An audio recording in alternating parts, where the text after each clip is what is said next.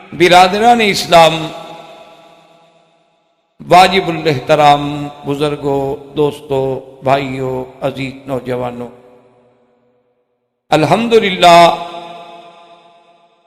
اللہ تبارک و تعالیٰ کی کروڑ کروڑ شکر ہے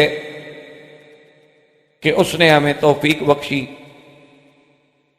کہ قصص الانبیاء علیہم السلام کے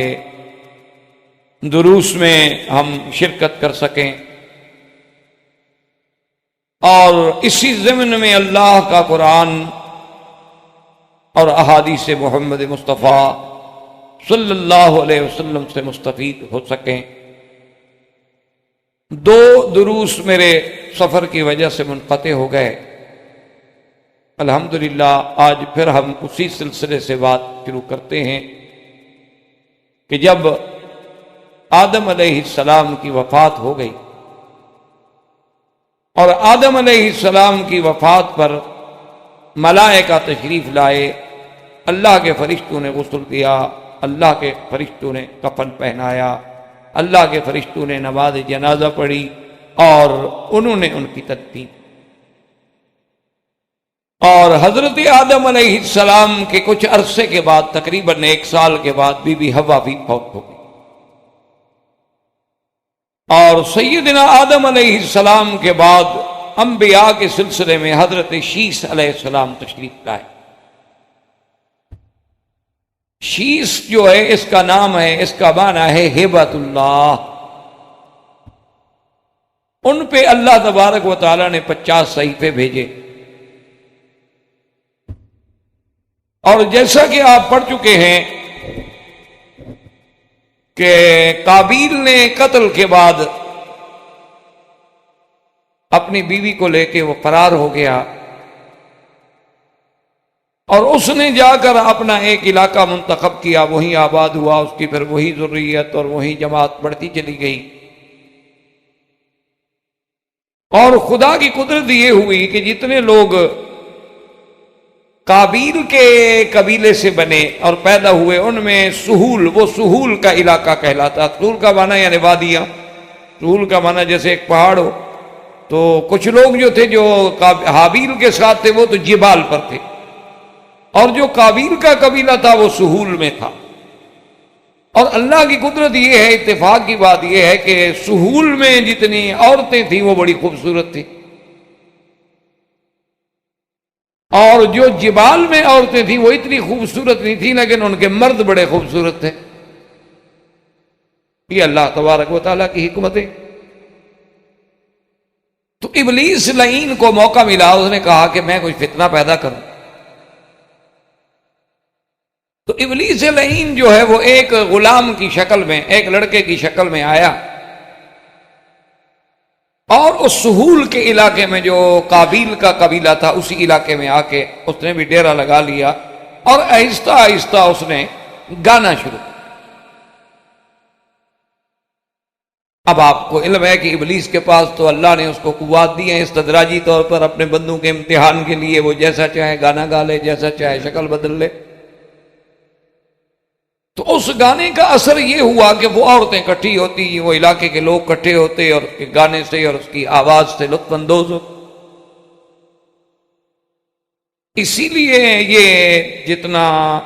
یعنی گانا ہے، آلات موسیقی ہیں، مزامیر ہیں، ان کو مزامیر شیطان کہا گیا، اور انسان کو گمراہ کرنے کے لیے یہ سب سے بڑا خطرناک ذریعہ۔ تو اب اس کے گانے کا شہرت ہونی شروع ہو گئی، اور اس میں عورتیں اکٹھی ہوتی۔ پھر انہوں نے مہینے میں ایک دن، ایک رات، ایک عید بنانی شروع کر دی۔ اس عید کا نتیجہ یہ نکلا کہ اس میلے میں جب عورتیں اکٹھی ہوتی، جب وہ گاتا تو وہ بھی اس کے ساتھ گانے میں شریک ہو جاتی۔ تو اب اس کا کام چل نکلا۔ بات تو ابتدا کی ہوتی ہے نا جی، اچھائی ہو یا برائی ہو، پر چل نکل۔ آپ اچھے کام کی بنیاد رکھیں گے، اللہ کرے گا وہ بھی چل نکل۔ جو لوگ برائی کی ابتدا کرتے ہیں، چل تو وہ بھی نکلتی۔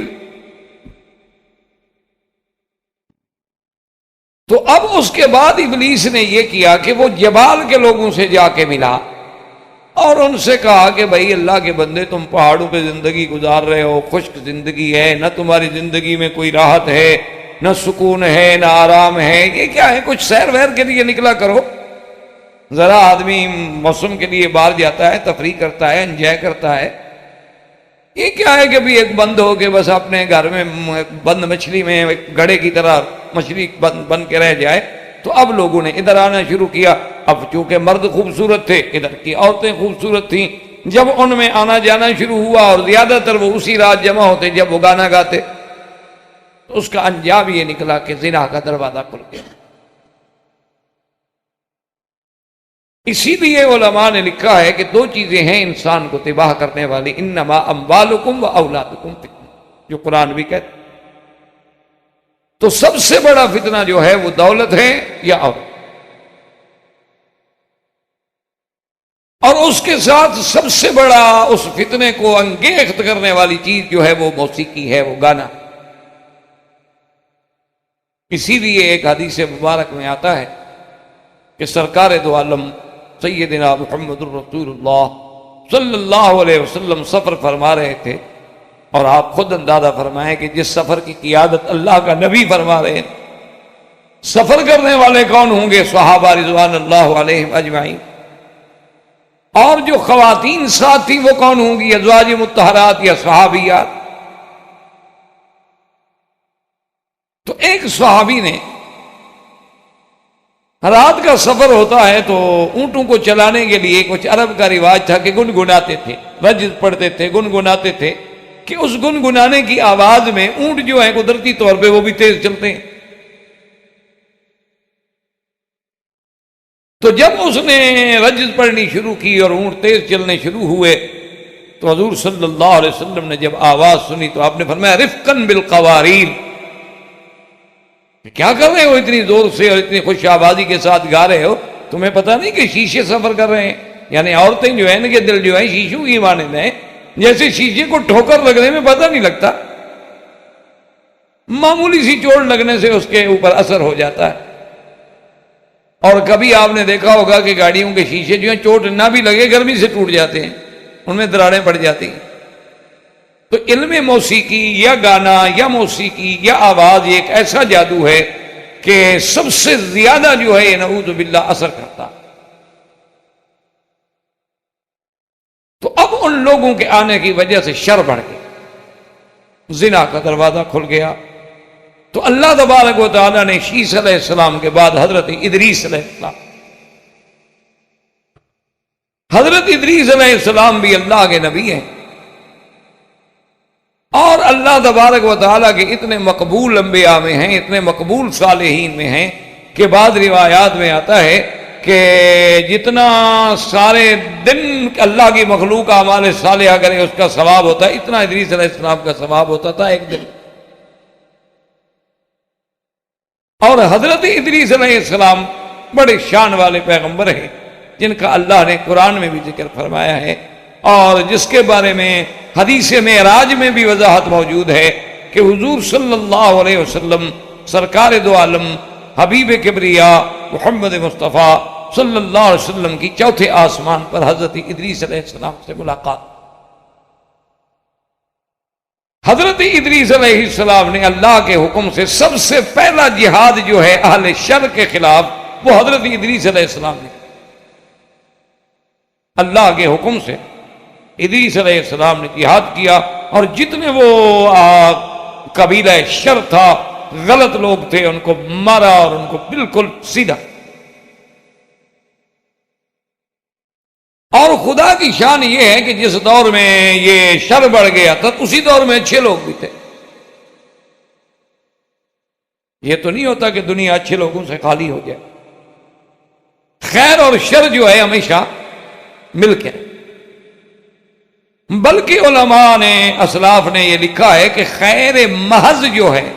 یعنی ایسی خیر جس میں شر کا کوئی ذرہ بھی نہ ہو، شائبہ بھی نہ ہو، وہ تو صرف جنت میں ہوگی آخرت، کہ وہاں خیر ہی خیر ہوگی، اور ذرہ کروڑواں حصہ بھی وہاں کوئی برائی کا اور شر کا اور نقصان کا ہو ہی نہیں سکتا، وہاں تو راحت ہی راحت ہے، آرام ہی آرام۔ اور شر محض یعنی شر خالص جس میں خیر کا ذرہ نہ ہو وہ جہنم، کہ جو جہنم میں گیا اس میں کیا خیر۔ اور دنیا جو ہے یہ شر اور خیر دونوں کی آمیزش کا نام، اس میں خیر بھی ہوگی شر، اس میں اچھائی بھی ہوگی برائی، اس میں اچھے لوگ بھی ہوں گے برے لوگ۔ تو اسی زمانہ ادریس علیہ السلام سے یہ بات شروع ہو گئی کہ جو صالحین لوگ تھے، بڑے اچھے لوگ تھے، علماء تھے، مشائخ تھے، عباد تھے، زہاد تھے، عباد اللہ الصالحین تھے، اولیاء اللہ تھے، لازمی بات ہے کہ وہ فوت بھی ہوتے۔ تو جب وہ فوت ہونے لگے تو اب ابلیس کو موقع ملا تو اس نے لوگوں میں انسان بن کے یہ بات چھوڑنی شروع کر دی کہ بھئی دیکھو یہ اللہ والے تو فوت ہو گئے، جا رہے ہیں، تو اب ہمیں ان کے بعد کیا ملے گا؟ ہمارے لیے بہت بڑا اندھیرا ہو جائے گا کہ اہل اللہ جو ہیں یہ اللہ والے لوگ، ہم روز تو ولی پیدا نہیں ہوتے، روز تو اللہ والے پیدا نہیں ہوتے، وہ تو ہزاروں سال نرگس اپنی بے نوری پہ روتی ہے، وہ تو ہزاروں سال، سینکڑوں سال، صدیوں میں آگے کوئی ایک آدمی پیدا ہوتا ہے جو صحیح معنی میں قابل۔ تو اس نے دماغ میں یہ ڈالا کہ بھی ایسا کیوں نہ کر لیا جائے کہ ان بزرگوں کے ہم صورتیں بنا لیں، تصویر بنا لیں، ان کی ایک تمثال بنا لیں، تشبیہ بنا لیں۔ جیسے آپ نے دیکھا ہے نا آج کل بڑے بڑے دنیا میں، بڑے بڑے ملکوں میں رواج ہے کہ لوگ ممیاں بنا لیتے ہیں، اسٹیچو بنا لیتے ہیں، اور بالکل دور سے آپ دیکھیں تو بالکل آپ کو یہ محسوس ہوگا کہ بالکل بے عین ہی وہی آدمی کھڑا ہے۔ یعنی کبھی تو حقیقت یہ ہے کہ جانتے بوجھتے ہوئے بھی آدمی کو شبہ ہو جاتا ہے کہ واقعی میں ایک حقیقی آدمی کے ساتھ کھڑا ہوں۔ بڑے بڑے دنیا میں جیسے مادام تساؤ ہے، ایسے عجائبات ہیں، وہاں لوگ جا کے بڑے بڑے پرانے لوگوں کے، لیڈروں کے، ان لوگوں کے جو اسٹیچو کھڑے ہیں ان کے ساتھ کھڑے ہو کے فوٹو کھنچواتے ہیں۔ تو انہوں نے بھی ایک دماغ میں ڈالا کہ بھی ایسا کیوں نہ ہو کہ ہم ان کی کچھ صورتیں بنا لیں، اور کم از کم اتنی تو ہوگا نا کہ ان کو دیکھ کے ہم یاد کیا کریں۔ انہوں نے کہا بھی بات تو بہت اچھی ہے، لیکن ہمارے پاس تو کوئی ایسا آدمی نہیں ہے، ہمارے پاس کوئی ایسا مصور نہیں جو تصویر بنا سکے، اور ہمارے پاس کوئی ایسا آدمی نہیں ہے فنکار جو اپنے مجسمہ تراش، جو مجسمہ سازی کر سکے۔ اس نے کہا ایسی بات نہیں، میں کر دوں گا۔ تو اس نے ان کی تصاویر بنا کر جہاں جہاں وہ لوگ عبادت کرتے تھے، جو ان کے مراکز عبادت تھے، وہاں لگانے شروع کرتی ہے۔ لیکن عبادت نہیں شروع ہوئی، صرف یہ ہے کہ ان جگہوں پر ان کی تصاویر کو کھڑا کر دیا گیا، کیونکہ کام تو ایسے شروع ہوتا ہے نا جی، ابتدا تو اسی طرح۔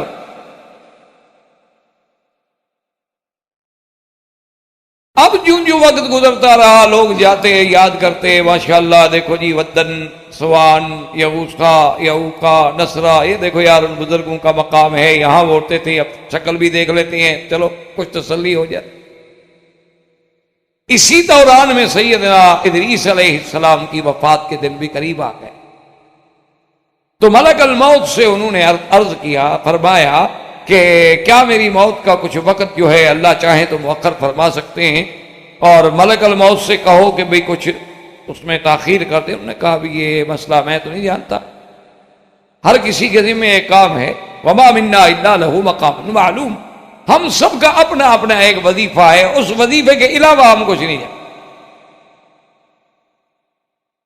جیسے کہ آپ پہلے پڑھ چکے ہیں قصہ آدم میں کہ ملائکہ نے یہی بات کہی تھی کہ سبحانک لا علم لنا الا ما علمتنا، بس جو آپ نے ہمیں سکھایا، تو جس کو جو سکھایا گیا ہے وہ وہی جانتا ہے۔ البتہ انہوں نے کہا یہ ہو سکتا ہے کہ ملک الموت سے میں آپ کی بات کہہ دوں گا، باقی یہ بات ملک الموت بتلائیں گے کہ کسی کے اجل میں تاخیر ہو سکتی ہے یا نہیں ہو سکتی۔ تو انہوں نے کہا کہ ٹھیک ہے، انہوں نے کہا چلو میں آپ کو لے چلتا ہوں آسمانوں میں۔ تو اس نے اپنے پروں میں اس کو بچھایا ادریس علیہ السلام کو، اور فرشتہ لے کے چل پڑا، اور چوتھے آسمان پہ ملک الموت سے ملاقات۔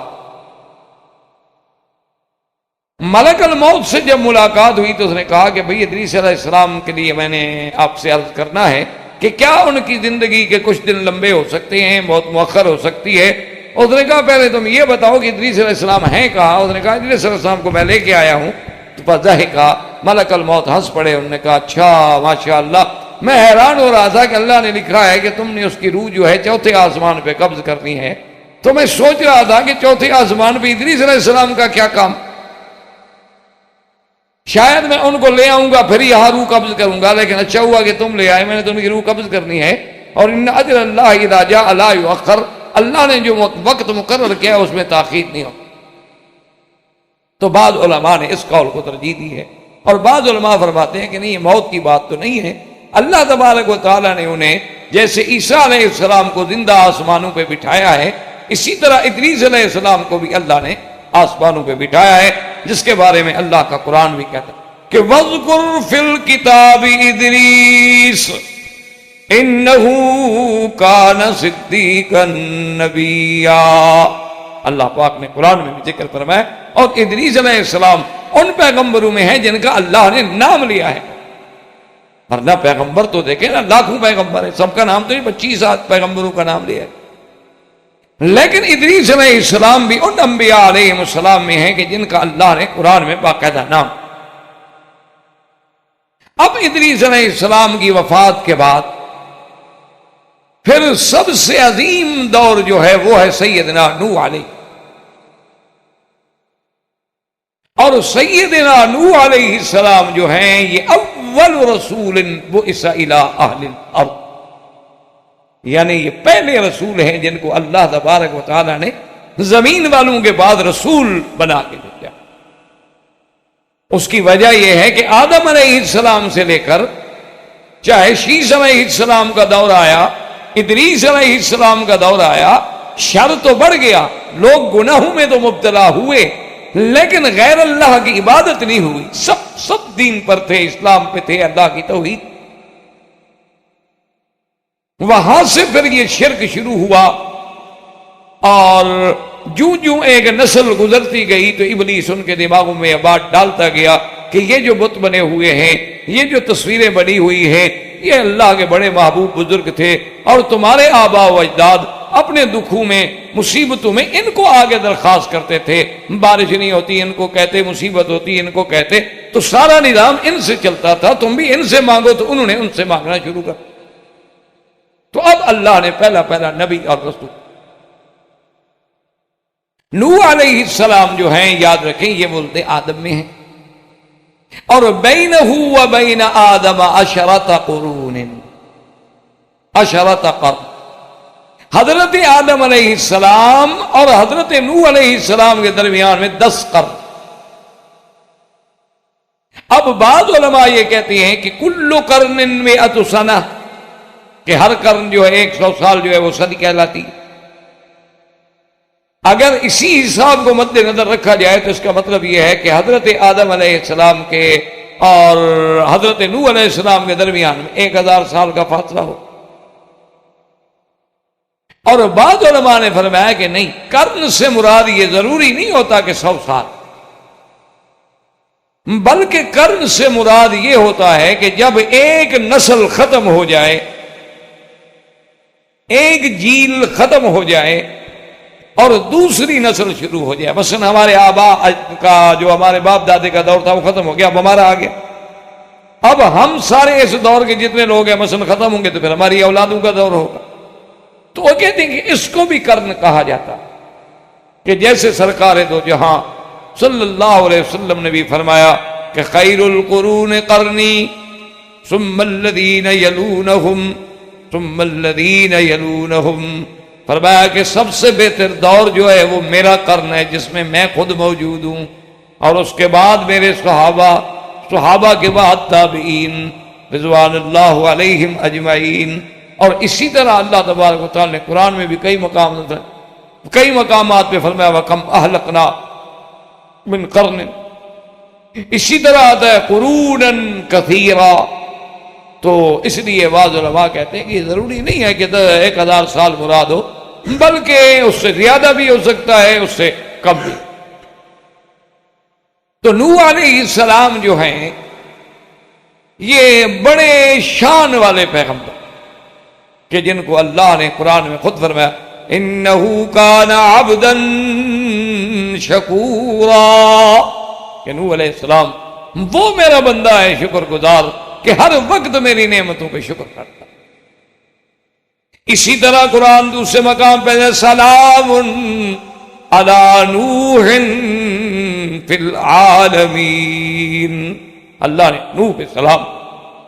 یہ کوئی معمولی سی بات تو نہیں ہوتی کہ اللہ خود جس بندے پہ سلام فرمائے، اور وہ سلام صرف یہ نہیں بلکہ عالمین، تمام زبانوں میں۔ تو یہ بہت بڑا شان ہے حضرت سیدنا نوح علیہ السلام۔ اور اسی طرح یعنی یوں اندازہ فرمایا کہ نبوت اور رسالت کی دراصل جو بنیاد ہے وہ نوح علیہ، وہیں سے یہ ابتدا ہوئی اور انتہا ہوئی سیدنا محمد الرسول اللہ صلی اللہ علیہ وعلا آلہ واصحابہ وسلم تسلیما کثیرا۔ اور نوح علیہ السلام جو ہیں اللہ پاک نے ان کو بڑی عمر طویل عطا فرمائی۔ اکثر روایات کے مطابق جمہور علماء کا اس پہ اتفاق ہے کہ تقریباً آپ کی عمر مبارک جو ہے وہ 1050 سال، کیونکہ 50 سال کے بعد آپ کو نبوت ملی اور 950 سال تک آپ نے تبلیغ فرمائی، اور 950 سال کے بعد طوفان آیا، اور طوفان سے نکلنے کے بعد بھی آپ 50 سال زندہ رہے۔ اس لیے علماء نے لکھا ہے کہ آپ کی عمر مبارک جو ہے وہ تقریباً 1050 سال تھی۔ البتہ جو قرآن پاک میں آتا ہے کہ الف سنۃ فلبث فیہم الف سنۃ الا 50 عاما، کہ آپ اپنی قوم میں، آپ اپنی اس برادری میں رہے 1000 کم 50 سال، تو کہتے ہیں یہ دعوت بعثت، دعوت مدت تبلیغ ہے جس میں آپ نے دعوت پیش کی، ورنہ عمر مبارک جو ہے آپ کی وہ 1050۔ اور اسی طرح نوح علیہ السلام جو ہے ماشاءاللہ صائم الدہر، یعنی نوح علیہ السلام ہمیشہ روزے، صرف عید الفطر اور عید الاضحیٰ، یہ جو 2 عیدوں کے دن ہیں اس میں روزہ رکھنا شرعاً حرام ہے۔ تو سیدنا نوح علیہ السلام تو صرف یعنی ان 2 عید کے موقعوں پر تو روزہ نہیں رکھتے تھے، ورنہ ہمیشہ جو ہے نوح علیہ السلام روزے۔ اتنا بڑا عابد، اتنا بڑا زاہد کہ ہر وقت صائم الدہر۔ اچھا، داؤد علیہ السلام جو ہیں وہ بھی صائم الدہر تھے، لیکن کان یصوم یوما ویفطر یوما، ایک دن روزہ رکھتے تھے اور ایک دن افطار۔ اور سیدنا ابراہیم علیہ السلام وہ بھی صائم الدہر تھے، لیکن ان کے صائم الدہر ہونے کا یہ طریقہ تھا کہ کان یصوم 3 ایام فی کل شہر، کہ ہر مہینے میں وہ 3 دن ہوتا، وہ بھی صائم الدہر۔ صائم الدہر کا معنی ہوتا ہے کہ کیونکہ صائم الدہر کا اطلاق ہوتا ہے یا تو حقیقتاً یا مجازاً۔ اب جیسے کہ میرے آقا نے سرکار دو جہاں صلی اللہ علیہ وسلم نے بھی فرمایا کہ جس آدمی نے رمضان کا روزہ رکھا وصام 6 من شوال، اور اس کے بعد اس نے 6 روزے شوال کے بھی رکھ لیے، فکأنما صام الدہر کلہ، گویا کہ اس نے پورا سال روزے رکھے۔ اس کی وجہ کیا ہے کہ جب اس نے 1 مہینہ رمضان کا اور 6 دن بعد کے 36 دن ہو گئے، اور من جاء بالحسنۃ فلہ عشر امثالھا، تو 360 کے ساتھ جب 10 کو 36 سے ہم ضرب دیں گے تو 360 بن جائیں گے، تو گویا اس کے روزے ہو۔ اسی طرح حضور صلی اللہ علیہ وسلم نے فرمایا ہے کہ جو آدمی ہر مہینے میں 3 روزے رکھے لیالی البیز کے، لیالی البیز سے مراد یہ ہوتا ہے کہ 13 کی رات، 14 کی رات اور 15 کی رات، یعنی ان 13 14 15 کو اگر وہ روزے رکھے تو وہ بھی صائم الدہر کہلائے گا، کیونکہ جب اس نے مہینے میں 3 روزے رکھے اور ہر روزے کا ثواب 10 گنا ملا تو گویا 30 ہو گئے، تو لہذا گویا وہ بھی صائم الدہر۔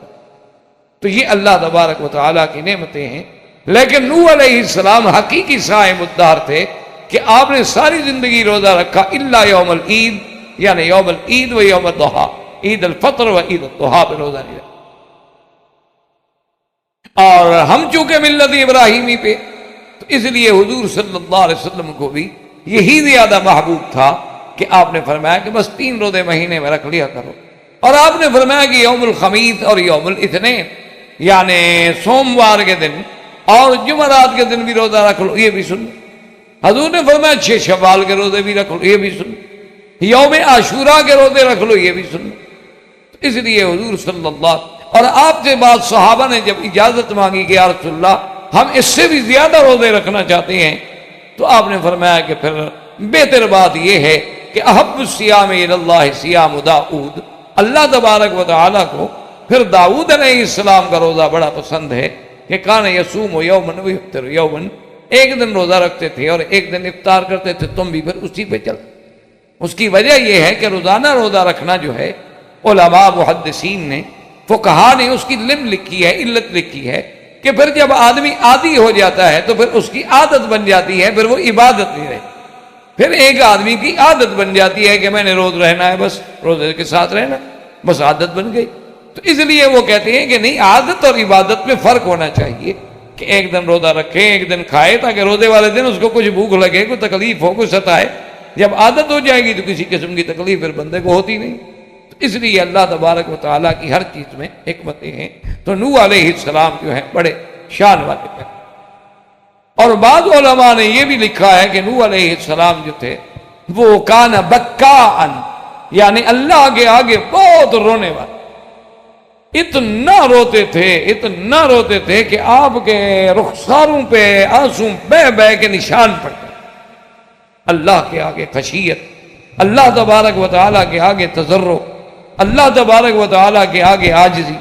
اور اسی لیے بعض علماء نے یہ لکھا کہ نوح ابن لامک جو ہیں ان کو لقب بھی نوح کا نوح سے ملا کہ کثرت سے رونے والا، کثرت سے غم کرنے والا۔ تو نوح علیہ السلام جو ہیں بڑے اللہ کے شان والے پیغمبر ہیں، اور اول نبی و اول رسول الذی بعث الی الخلق، اللہ تبارک و تعالیٰ کے پیغمبر، اور انہی کے زمانے میں اب شرک جو تھا وہ پورا زوروں پہ چلا۔ اچھا، خدا کی قدرت دیکھیں کہ اس دور میں بھی یہ 5 تھے قرآن نے جن کا ذکر کیا ہے کہ قالوا لا تذرن ودا ولا سواعا ويغوث ويعوق ونسرا۔ سب لوگ کہتے ہیں کہ نوح علیہ السلام کی باتوں میں نہ آؤ، تم بالکل نہ چھوڑنا اپنے ان 5 تن کو، یہ جو تمہارے ہیں نا یہ ان کو نہیں چھوڑنا ہے۔ تو اس دور میں کہ خدا کی قدرت، اللہ کی حکمت ہے نا، ورنہ 6 بھی ہو سکتے تھے، 7 بھی ہو سکتے تھے، لیکن اس دور سے جب سے بت پرستی شروع ہوئی تو 5 تن کا مسئلہ شروع ہوا۔ اللہ تبارک و تعالی رحمت فرمائے، اور نوح علیہ السلام نے اب قوم کو دعوت دینی شروع، جس کو اللہ نے قرآن کی مختلف صورتوں میں ذکر، مختلف صورتوں میں اللہ نے نوح علیہ السلام کا واقعہ ذکر فرمایا۔ سورۃ ہود میں دیکھیں، سورۃ الاعراف میں دیکھیں، سورۃ الانبیاء میں دیکھیں، سورۃ الشعراء میں دیکھیں، سورۃ الصافات میں دیکھیں، حتیٰ کہ پوری ایک سورۃ مبارکہ کا نام بھی سورۃ نوح رکھا گیا، یعنی حضرت نوح علیہ السلام کے نام پر اللہ تبارک و تعالی نے قرآن مقدس میں یہ سورۃ مبارک اتاری، جو ہم نے ابتدا میں تلاوت کی تھی کہ انا ارسلنا نوحا الى قومه ان انذر قومك من قبل ان ياتيهم عذاب الیم۔ اللہ تبارک و تعالی نے نوح علیہ السلام کو ان کی قوم کی طرف بھیجا اور فرمایا کہ اپنی قوم کو ڈراؤ اس سے پہلے کہ ان پر اللہ کا عذاب دردناک تھا۔ تو نوح علیہ السلام نے جا کے دعوت شروع، اور نوح علیہ السلام نے دعوت میں جتنا جد و جہد کی، جتنا جہاد کیا ہے اس کا آپ تصور بھی نہیں، یعنی آپ کتابیں اٹھا کے دیکھیں، نوح علیہ السلام جب دعوت دیتے تھے، جب لوگوں کو بلاتے تھے، اس لیے نوح علیہ السلام نے قرآن مقدس میں بھی اللہ کے آگے فریاد کی کہ قال رب انی دعوت قومی لیلا ونہارا، میرا اللہ میں نے اپنی قوم کو کوئی خاص وقت نہیں، رات ہو دن ہو، صبح ہو شام ہو، سرا ہو ذرا ہو، ہر حال میں تیری دعوت دی، ہر حال میں تیری توحید کا سبق پڑھایا ہے، لیکن فلم یزدہم دعائی الا فرارا، لیکن میرا مولا میری قوم بجائے اس کے کہ قرآن سن کے، بجائے اس کے کہ میری دعوت و تبلیغ سن کے میرے قریب آتی، وہ مجھ سے اور دور بھاگتے۔ بلکہ میرا اللہ ان کا عالم یہ ہو گیا کہ وَإِنِّي كُلَّمَا دَعَوْتُهُمْ لِتَغْفِرَ لَهُمْ جَعَلُوا أَصَابِعَهُمْ فِي آذَانِهِمْ وَاسْتَغْشَوْا ثِيَابَهُمْ وَأَصَرُّوا وَاسْتَكْبَرُوا اسْتِكْبَارًا۔ میرا اللہ جب میں ان کو تیری دعوت دیتا ہوں، جب میں ان کو توحید کے لیے تقریر پہ کھڑا ہوتا ہوں، وہ ظالم کیا کرتی ہیں کہ اپنی انگلیاں کانوں میں ٹھونس لیتی ہیں کہ میری آواز بھی نہ آئے، اور کبھی تو ایسا کرتے ہیں کہ کپڑا بھی اوپر ڈال لیتے ہیں کہ ہمیں نظر بھی نہ پڑے نوح علیہ السلام۔ یعنی آپ اندازہ کریں کہ ابتدائے آفرینت سے اللہ کی توحید بیان کرنے والوں کو کتنی مشکلیں، کتنی مصیبتیں آتی۔ یعنی آپ اندازہ کریں، آپ خود ایک دن ذرا تجربہ کر کے دیکھیں کہ آپ کسی سے بات کریں وہ منہ پھیر لیں، آپ کسی سے بات کریں وہ دوسری طرف توجہ کر لیں، آپ کسی سے بات کریں اور وہ کانوں میں انگلیاں دے کے کہے جی دوڑو میں تمہاری آواز سننے کے لیے بھی تیار نہیں، آپ کسی سے بات کرنا چاہیں اور کپڑا چہرے پہ ڈالنے جاؤ یار میں تمہاری شکل نہیں دیکھنے کے لیے تیار ہوں، تم مجھے تقریر کرنے کے لیے آئے ہو، تو اندازہ کرو کہ اس وقت کیا بھی، اس وقت اس پہ کیا گزرتی ہے اس انسان پہ۔ اور جب دعوت دینے والا بھی اللہ کا پیغمبر ہو، اللہ کا نبی ہو، تو ان پہ کیا گزرتی۔ حتیٰ کہ علماء نے لکھا ہے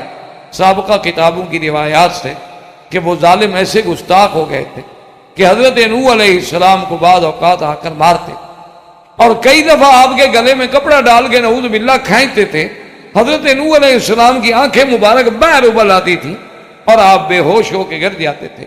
اور وہ بدبخت یہ سمجھتے تھے کہ ہم نے مار دیا ہے، اور حضرت نوح علیہ السلام ختم ہو گئے اور مار کے چلے جاتے تھے۔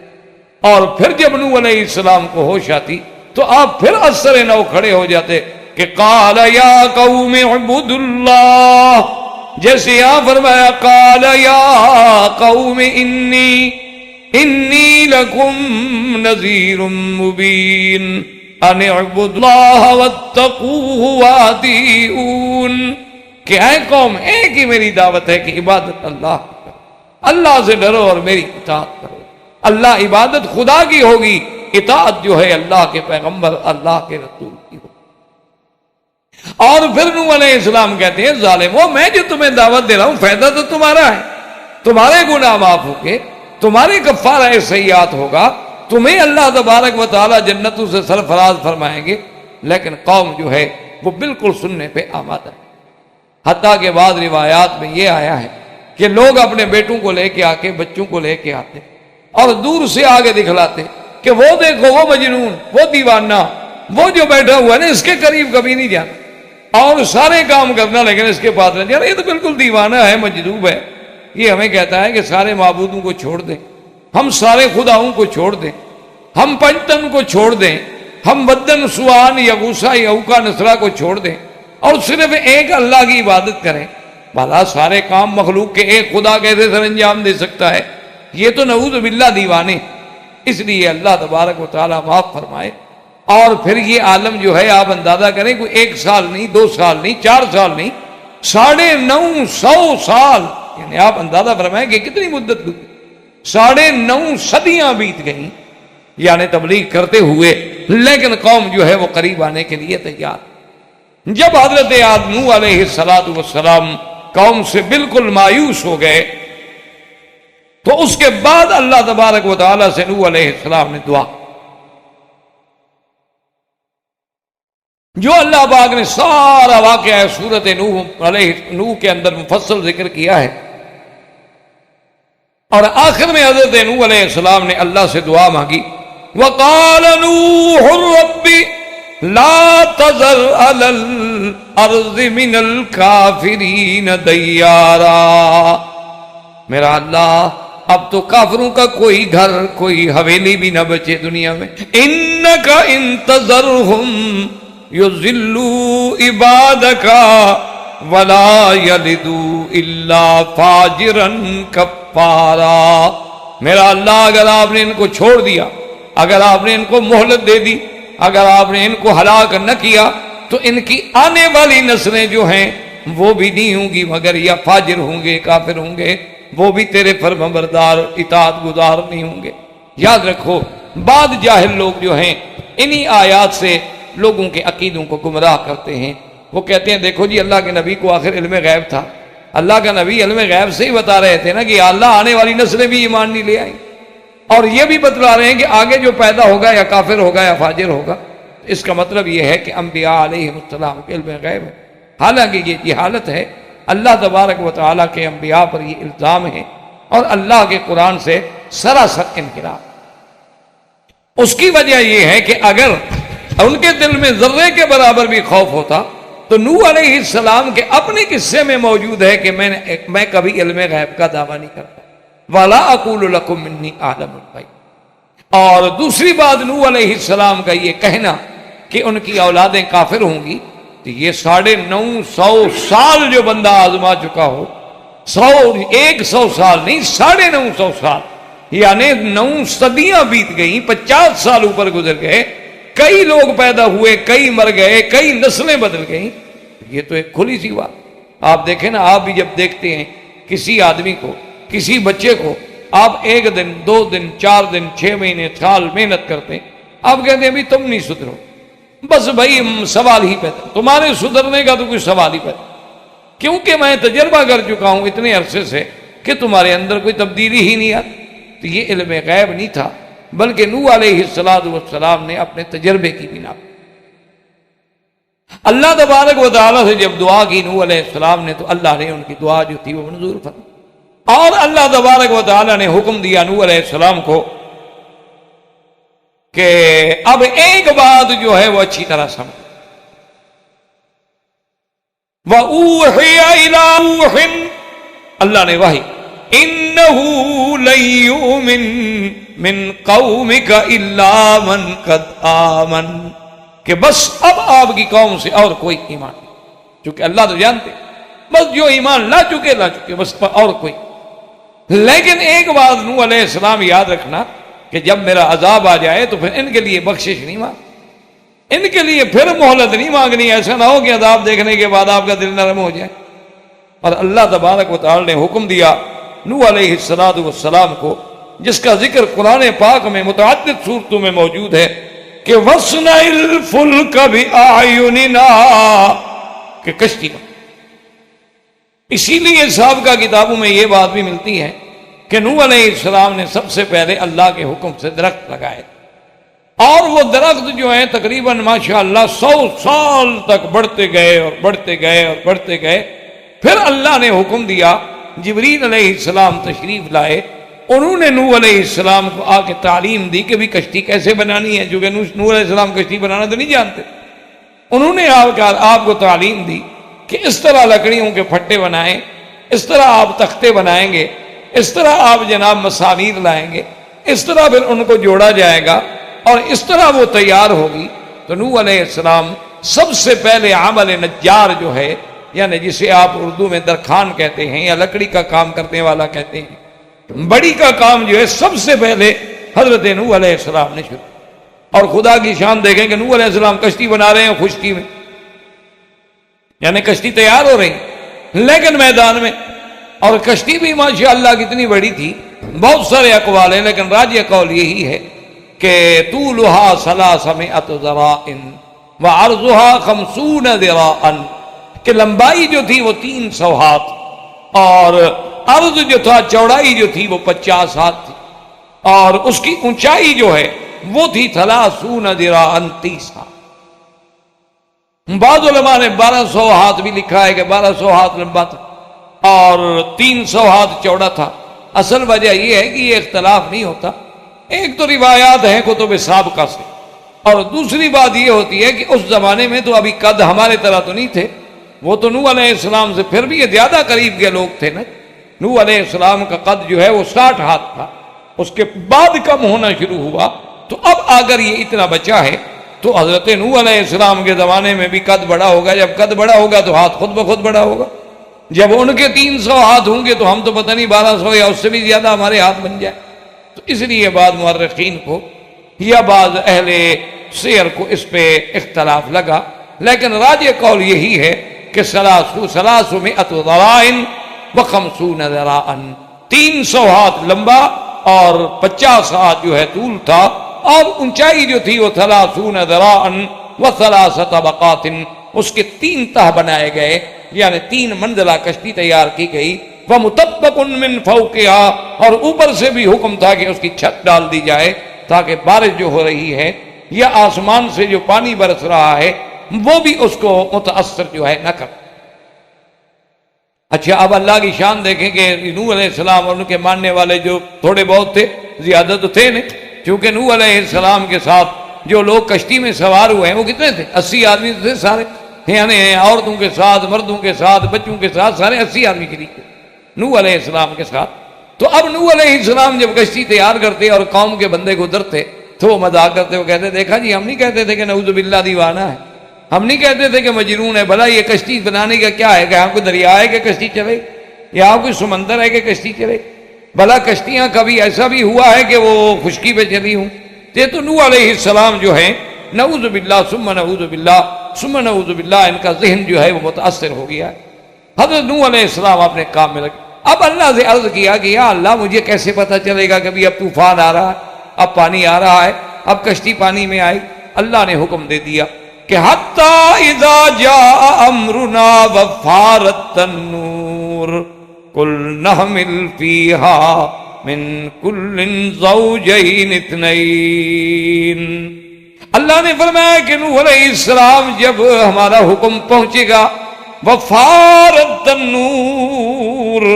بعض علماء کہتے ہیں کہ تنور جو ہے وہ عین بالہند، ہند کے اندر ایک چشمے کا نام تنور ہے۔ بعض علماء کہتے ہیں تنور کا معنی ہے کہ سطح الارض، زمین سے، اور بعض علماء نے فرمایا کہ تنور وہ ہے جو معروف ہے جہاں روٹیاں پکائی جاتی ہیں، یعنی وہ جگہ جو آگ جلانے کے لیے بنائی جاتی ہے۔ اور آپ نے دیکھا ہوگا کہ تنور کے لیے کوئی نیچے زیادہ کھدائی نہیں کی جاتی، کھدائی کی جائے تو پانی نکل سکتا ہے نا، وہ تو ایسے زمین پہ رکھ دیا جاتا ہے بنا کے، بس روٹی لگانی ہے، اس میں کوئی کھدائی کی کیا ضرورت؟ تو اللہ نے فرمایا کہ جب اس تنور سے پانی نکلے سمجھ لینا کہ وقت آ گیا۔ حتی اذا جاء امرنا وفارت التنور، پھر تمہیں حکم ہے کیا؟ قلنا احمل فیہا من کل زوجین اثنین واہلک الا من سبق علیہ القول۔ اللہ نے فرمایا پھر ہر چیز کے جوڑے جوڑے، یعنی مرد ہیں، حیوان ہیں، چرند ہیں، پرند ہیں، طیر ہیں، جو چیزیں ہیں سب کے جوڑے پکڑ کے وہ بھی کشتی میں بٹھا دو۔ اور اس کے بعد اللہ تبارک و تعالیٰ دوسری جگہ فرماتی ہیں کہ انا لما طغى الماء حملناكم في الجاریہ، اور تیسری جگہ قرآن کہتا ہے ففتحنا ابواب السماء بماء منہمر وفجرنا الارض عیونا فالتقى الماء على امر قد قدر۔ اللہ فرماتے ہیں کہ پھر ہم نے آسمانوں کو بھی حکم دیا کہ دروازے کھول دو پانی کے، اور زمین کو بھی حکم دیا کہ سارے چشمے نکالو۔ جب آسمانوں اور زمینوں کا پانی مل گیا، فالتقى الماء على امر، اب دیکھیں حالانکہ 2 پانی تھے، لیکن محدثین مفسرین لکھتے ہیں کہ جب آسمان اور زمین کا پانی ایک جنس تھا، ملنے کے بعد گویا پانی بن گیا۔ اس لیے اللہ نے یہ نہیں فرمایا کہ فالتقى الماءان، بلکہ فرمایا فالتقى الماء على امر قد قدر وحملناه على ذات الواح ودسر۔ اللہ فرماتے ہیں کہ پھر ہم نے نوح علیہ السلام کو کشتی میں بٹھایا، وہ کشتی جس کے ہم نے لکڑیوں کے تختے بھی تھے اور جو میخیں لگا کے بنائی گئی تھی۔ اور خدا کی شان دیکھ لیں کہ آج تک دنیا کتنی ترقی کر گئی، آج دنیا نے ایسی ایسی کاریں بھی ایجاد کر دی ہیں، زمین پہ کار ہے اور پانی میں کشتی ہے، اور بڑے بڑے جناب ایسے ایسے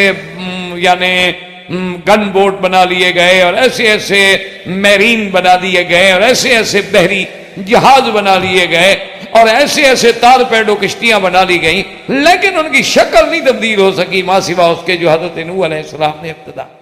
یعنی اللہ تبارک و تعالیٰ کی قدرت دیکھیں کہ آپ جتنا ترقی کر لیں، آپ جتنا اونچے چلے جائیں، لیکن آج بھی کشتی کی شکل بے عین ہی وہی ہے جو نوح علیہ السلام کے زمانے، اس لیے کہ نوح علیہ السلام کی کشتی کا ابھی تک جو ہے وہ موجود ہے جبل جودی پر، اس کے آثار جو ہیں، چونکہ اللہ نے خود فرمایا وَلَقَدْ تَرَكْنَاهَا آیَةً، ہم نے اس کو بھی ایک نشانی بنایا ہے آنے والوں کے لیے تاکہ اس کو دیکھ کے عبرت ہو۔ اب نوح علیہ السلام نے کشتی میں جب جوڑے بٹھائے تو آپ نے یہ انتظام کر دیا کہ نیچے کے طبقے میں تو بٹھا دیا جانوروں کو اور درمیانی طبقے میں بٹھایا انسانوں کو اور اوپر کے طبقے میں آپ نے بٹھایا پرندوں.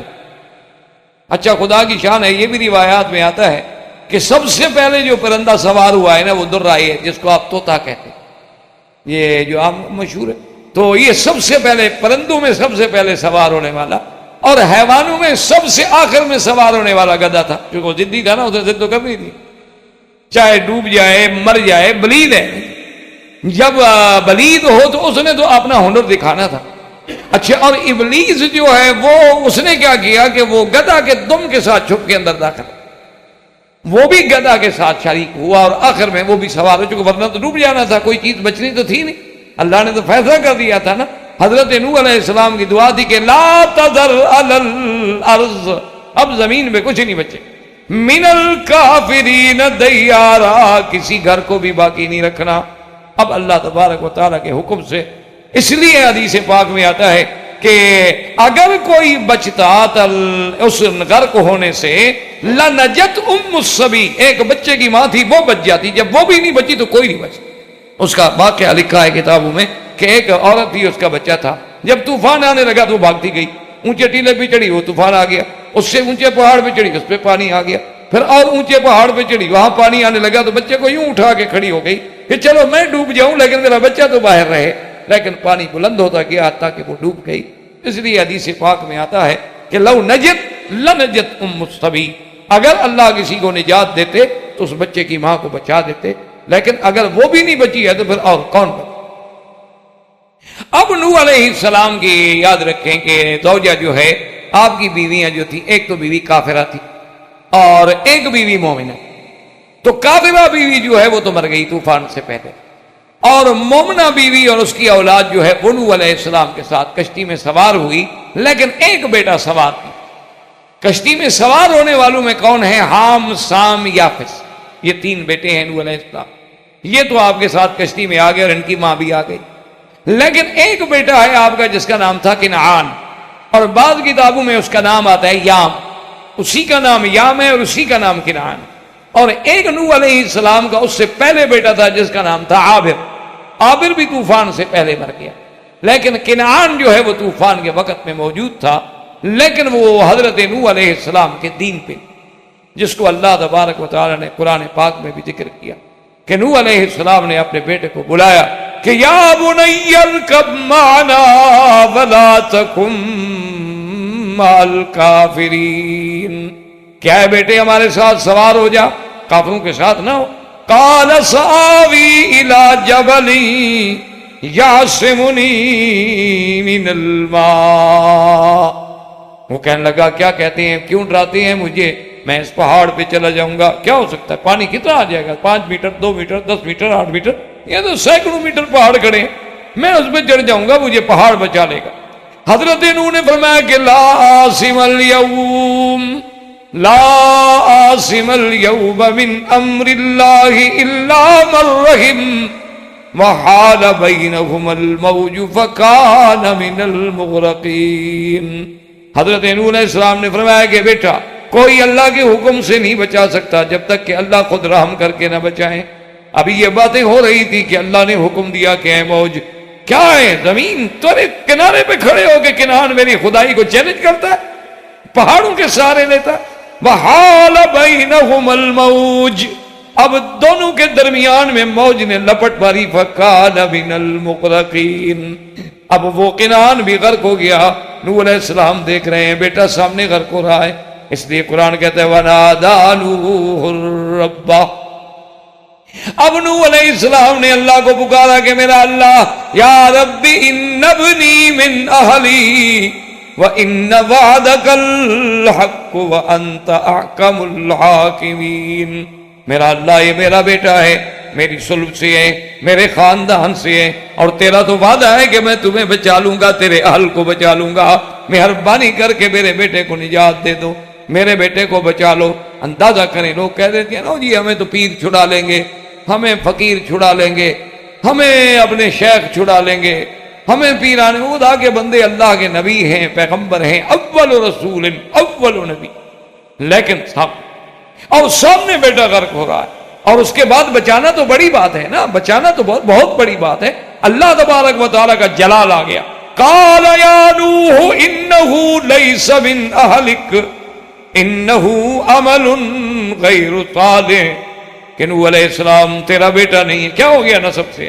ہمارے یہاں نسب نہیں تلتا، ہم نہیں جانتے سید کون ہے، قریشی کون ہے، افغان کون ہے، خان کون ہے، قریش کون ہے۔ ہمارے یہاں تو تقوی کا مقام ہے اور ایمان اور عقیدے کی نسبت ہے۔ ہمارے ہاں تو انما المؤمنون اخوۃ، ہمارے پاس جو نسب چلتا ہے وہ تقوی ہے۔ شعوبا وقبائل لتعارفوا ان اکرمکم عند اللہ اتقاکم۔ نوح علیہ السلام جب اس کا عمل، جب اس کا عقیدہ تیرے ساتھ نہیں ملتا تو ہم نے تیرے خاندان سے بھی کاٹ دیا۔ انہو لیس من اہلک، کیوں؟ انہو عمل غیر صالح۔ اور اس کے بعد بھی جلال دیکھیں، فرماتے ہیں فلا تسأل ما لیس لک بہ علم انی اعظک ان تکون من الجاہلین، کہ نوح علیہ السلام خبردار، آئندہ نہ سوال کرنا جس بات کا تمہیں علم نہ ہو۔ ہم نے جو کہہ دیا تھا کہ بس کہ آئندہ سوال نہیں کرنا، اور ہم نے تیری اہل کی نجات کا فیصلہ کیا تھا جو ایمان لائیں، یہ تیری اہل ہے۔ اس لیے اگر تم نے پھر سوال کیا انی اعظک، میں خبردار کرتا ہوں کہیں ایسا نہ ہو کہ تو بھی پھر جاہلین کی فہرست میں چلا جائے۔ اب نوح علیہ السلام نے اللہ تبارک و تعالیٰ سے معافی مانگی، اور کشتی کے چلنے میں بڑے بڑے روایات لوگوں نے بھی نقل کیے ہیں، بڑے بڑے حکایات بھی نقل کیے ہیں۔ بعض کہتے ہیں کہ جی لوگ ڈرنے لگ گئے، نوح علیہ السلام کے پاس آئے کہ جناب وہ نیچے تو شیر کھڑا ہے، ہمیں تو دیکھ کے ڈر آتا ہے، شیر ہے، شیر کو دیکھ کے ڈر لگتا ہے۔ انہوں نے کہا اللہ میاں لوگ شیر سے ڈرتے ہیں، تو اللہ پاک نے شیر پہ مسلط علیہ الحمہ، ایک بخار مسلط کر دیا، بیچارہ وہ بیٹھ گیا، اب وہ کھڑا ہی نہ ہو سکے۔ تو کہتے ہیں کہ وہاں سے پھر بخار کا سلسلہ شروع ہوا۔ تو اس کے بعد جناب یہ ہے کہ وہ پھر قوم بھاگ دی آگے۔ انہوں نے کہا حضرت یہ تو بڑا مسئلہ ہو گیا۔ انہوں نے کہا کیا بات ہو؟ انہوں نے کہا چوہا جو ہے نا وہ تو لکڑی کاٹ رہا ہے، وہ تو کشتی کو کاٹ رہا ہے۔ انہوں نے کہا اللہ میاں یہ چوہے سے بھی ڈرتے ہیں، اس کا کیا کیا جائے؟ تو اللہ تبارک و تعالی نے حکم دیا کہ شیر جو ہے اس کی پیشانی پہ ذرا ایسے مارو۔ تو انہوں نے شیر کی پیشانی پہ جب مارا تو اس کے نتنوں سے بلیاں پیدا ہو گئے۔ اب جب بلیاں آئیں تو جناب اس کے بعد وہ شیر اپنا پار جو تھا، وہ چوہا جو تھا وہ بھی ڈر گیا۔ انہوں نے کہا یہ تو مجھے پکڑنے والی بلا آ گئی، ایسا نہ ہو کہ میں لکڑی کاٹ۔ تو یہ بہرحال روایات ہیں، حکایات ہیں، اللہ عالم کتنی سچی ہیں کتنی جھوٹی ہیں، کیونکہ سابقہ روایات اسرائیلیہ ہیں۔ لا نصدق ولا نکذب، نہ تو ہم ان کی تصدیق کر سکتے ہیں اور نہ ہم جھٹلا سکتے ہیں کہ بالکل جھوٹی ہیں، خدا جانے سچی بھی ہوں۔ تو اب جناب حضرت نوح علیہ السلام جو ہے تقریباً 150 دن تک پانی میں رہے، 150 دن۔ اور پھر اس کے بعد بھی روایات ہیں کہ اب آپ نے کہا کہ میں پتہ کروں، کہ تو کوے کو بھیجا کہ تاکہ وہ جا کے خبر لے آئے کہ بھئی طوفان جو ہے تھم گیا، کہاں کہاں ہے، کچھ زمین خشک ہوئی۔ کوا گیا تو وہ جو جناب چلا گیا، وہ تو اپنے کھانے پینے میں لگ گیا۔ اس کے بعد پھر آپ نے حمام کو بھیجا، کبوتر کو، تو کبوتر جو ہے خبر لے کے آیا۔ تو اسی وجہ سے اللہ نے اس کے گلے میں قوس و قزح کا انعام ڈال دیا، جیسے کسی کو ہار پہنا دیا جاتا ہے۔ اور اسی طرح خدا کی قدرت ہے کہ آج تک لوگ اسی کبوتر سے پیغام رسانی کا کام لیتے ہیں جو سب سے پہلے نوح علیہ السلام نے لیا تھا۔ اور وہ جا کر ایک زیتون کی ٹہنی لے کے آیا، اور پاؤں دیکھے آپ نے تو پاؤں کو بھی ذرا مٹی جو تھی تھوڑی تھوڑی نرم، تھوڑی تھوڑی خشک، تو سمجھ گیا کہ طوفان جو ہے تھم گیا ہے۔ اللہ پاک نے حکم دیا قیل یا ارض ابلعی ماءک ویا سماء اقلعی وغیض الماء وقضی الامر واستوت علی الجود وقیل بعدا للقوم الظالمین۔ اللہ نے حکم دیا زمین کو کہ پانی پی دو بس، اور ہواؤں کو حکم دیا کہ ہوائیں چلو اور پانی کو خشک کرو، اب ہم چاہتے ہیں کہ خشکی ہو جائے۔ اور آسمان نے برسانا روک دیا، ہوائیں چل پڑی، اور کشتی چلتے چلتے جودی پہاڑ پہ آ گئی۔ اللہ نے حکم دیا یا نوح اہبط بسلام منا، اب اترے آپ، وبرکات علیک، اللہ کی رحمت کے ساتھ نوح علیہ السلام اترے۔ اور پھر اللہ نے آپ کی اولاد جو تھی حام، سام اور یوسف، سام جو ہے یہ ابو العربی اور روم اور عرب یہ جو ہے سب سام کی اولاد میں آتے ہیں۔ اور اس کے بعد جو تھا حام اور یافس، حام جو ہے ثقالبہ اور ترک جو ہیں وہ ان کی اولاد میں آتے ہیں، اور یافس جو ہیں ان کی اولاد میں پھر بربر اور سوڈان آتے ہیں، اور اسی سے پھر اللہ پاک نے ذریت چلائی، وجعلنا ذریتہ هم الباقین۔ اللہ فرماتے ہیں کہ ہم نے نوح علیہ السلام کی ذریت کو ہی باقی رکھا، اور اسی سے پھر ہم آگے نسل در نسل پڑھتی چلی گئی۔ اور پھر اللہ تبارک و تعالیٰ کی شان دیکھیں کہ نوح علیہ السلام جو ہیں ان کا وفات جو ہے اکثر اقوال کے مطابق یہ ہے کہ وہ آخری عمر میں تشریف لے آئے، اور سرزمین حرم میں اللہ تبارک و تعالیٰ نے ان کو موت عطا فرمائی، اور وہ سرزمین حرم میں دفن ہوئے اور حدود حرم میں دفن ہوئے۔ اور بعض روایات میں یہ بھی آتا ہے کہ وہ لبنان میں دفن ہوئے، لیکن زیادہ روایات اسی طرح ہیں کہ وہ حرم میں دفن ہوئے، لیکن ان کی قبر کی تعیین جو ہے لا یعلمہ الا اللہ تبارک و تعالی۔ تو اللہ تبارک و تعالی نے قرآن مقدس میں اور قرآن پاک میں مختلف صور میں قصص انبیاء کے ضمن میں آج ہم نے جو پڑھا ہے وہ قصہ سیدنا نوح علیہ السلام من اولہ الی آخرہ، وآخر دعوانا ان الحمدللہ رب العالمین۔